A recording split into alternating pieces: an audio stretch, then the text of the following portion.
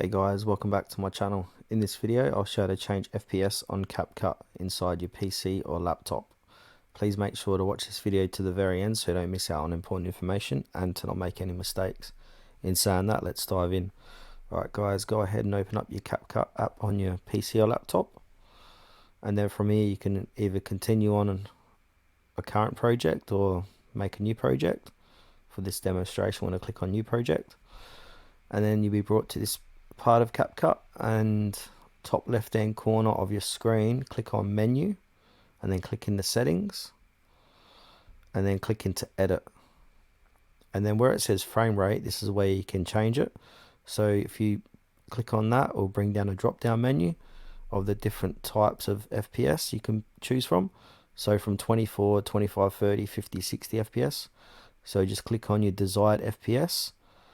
Once you've done that, click on save, and now you've changed your FPS inside CapCut. So yeah, that's the end of this video guys. Thanks for watching to the very end. Please consider to like this video and subscribe to our channel if you found this was helpful.